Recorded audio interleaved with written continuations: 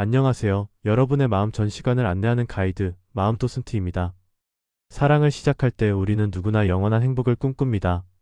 하지만 이상하게도 시간이 지나면 늘 반복되는 문제들이 우리를 괴롭히죠. 상대가 연락이 조금만 늦어도 버림받을 것 같은 공포에 휩싸이나요?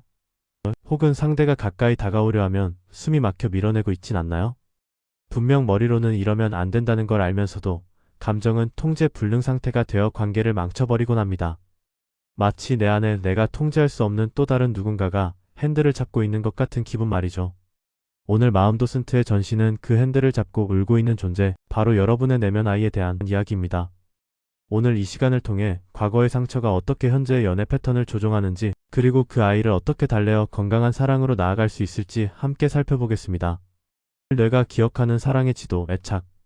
우리는 성인이 되어 사랑을 한다고 믿지만 사실 우리 뇌는 아주 오래전 설계된 사랑의 지도를 따라 움직입니다.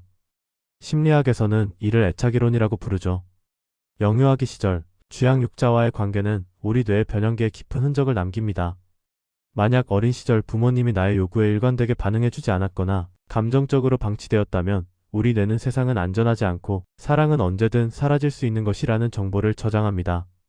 이때 분비되는 스트레스 호르몬인 코르티솔 수치는 아이의 뇌에 각인되어 성인이 된 후에도 연인 관계에서 작은 갈등이 생길 때마다 비상벨을 울립니다.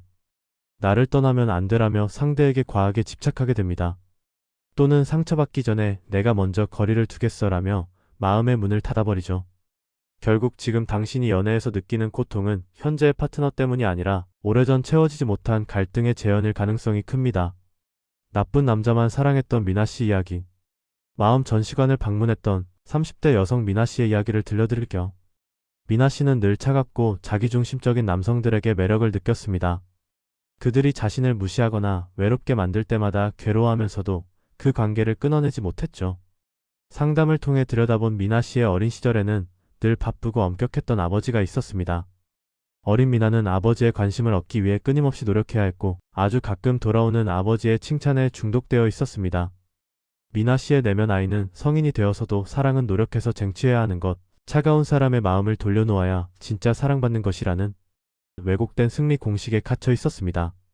그녀가 나쁜 남자에게 끌렸던 건 그들이 매력적이어서가 아니라 그녀의 뇌에게 가장 익숙한 고통이었기 때문입니다.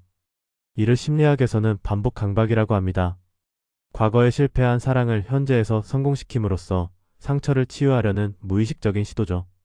내면 아이를 만나는 3가지 셀프 치유 가이드. 관찰자 모드로 아이의 존재 인식하기. 연애 중 강렬한 감정 분노, 불안, 공포에 몰려올 때 잠시 숨을 고르고 질문해보세요.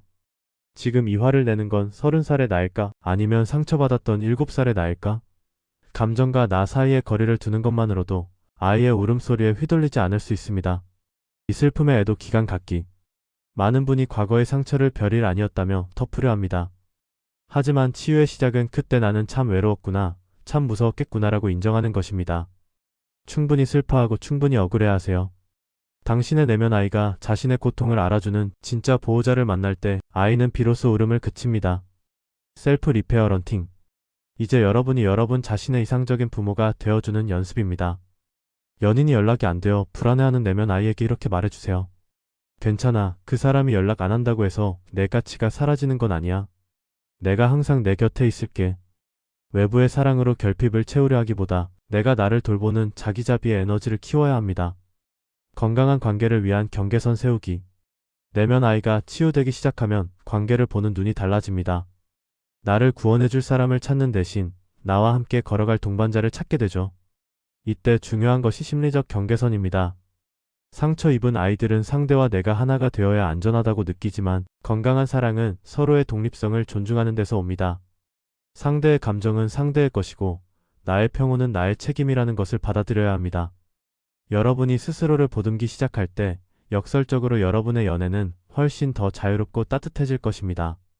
이제 더 이상 과거의 유령과 연애하지 마세요. 현재의 당신 앞에 서 있는 사람을 있는 그대로 바라볼 힘은 당신이 당신 안의 아이를 안아줄 때 생겨납니다. 어린 시절의 상처는 여러분의 잘못이 아닙니다.